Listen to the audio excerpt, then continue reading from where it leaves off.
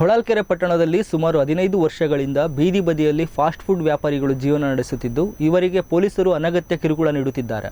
ಇದನ್ನು ಗಂಭೀರವಾಗಿ ಪರಿಗಣಿಸಿ ವ್ಯಾಪಾರಕ್ಕೆ ಅವಕಾಶ ಮಾಡಿಕೊಡಬೇಕೆಂದು ಬೀದಿ ವ್ಯಾಪಾರಿ ಸಂಘ ಒತ್ತಾಯಿಸಿದೆ.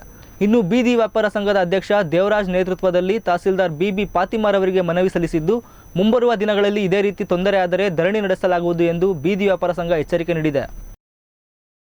ಮುಂಚೆ ರೋಡ್ ಆಗಿರಲಿಲ್ಲ, ಈಗಾಗಲೇ ಈ ನ್ಯಾಷನಲ್ ಹೈವೇ ಆಗಿರೋದ್ರಿಂದ ನ್ಯಾಷನಲ್ ಹೈವೇದಲ್ಲಿ ನಿಮಗೆ ಅಂಗಡಿಗಳು ಇಟ್ಕೊಳ್ಳೋಕ್ಕೆ ಅವಕಾಶ ಇಲ್ಲ.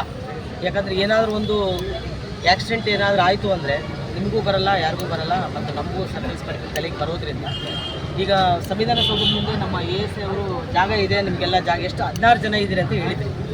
16 ಜನ ಅದನ್ನು ಸಂವಿಧಾನ ಸೌಧದ ಮುಂದೆ ನಾನು ಜಾಗ ಇದೆ ಅಂತ ಹೇಳ್ತಾರೆ, ಅದನ್ನು ಚೆಕ್ ಮಾಡ್ತೀನಿ. ಆಮೇಲೆ KSRTC ದೇವಸ್ಥಾನದ ಹಿಂದುಗಡೆ ಜಾಗ ಇದೆ ಅಂತ ಹೇಳ್ತಿದ್ದಾರೆ. ಆಮೇಲೆ KSRTC DC ಅವ್ರ ಹತ್ರ ಮಾತಾಡಿ ನಾನು ನಾಳೆ ಚೀಫ್ ಆಫೀಸರ್ ಮತ್ತು ಸಬ್ ಇನ್ಸ್ಪೆಕ್ಟರ್ ಕರೆಸಿ ನಿಮಗೊಂದು ವ್ಯವಸ್ಥೆ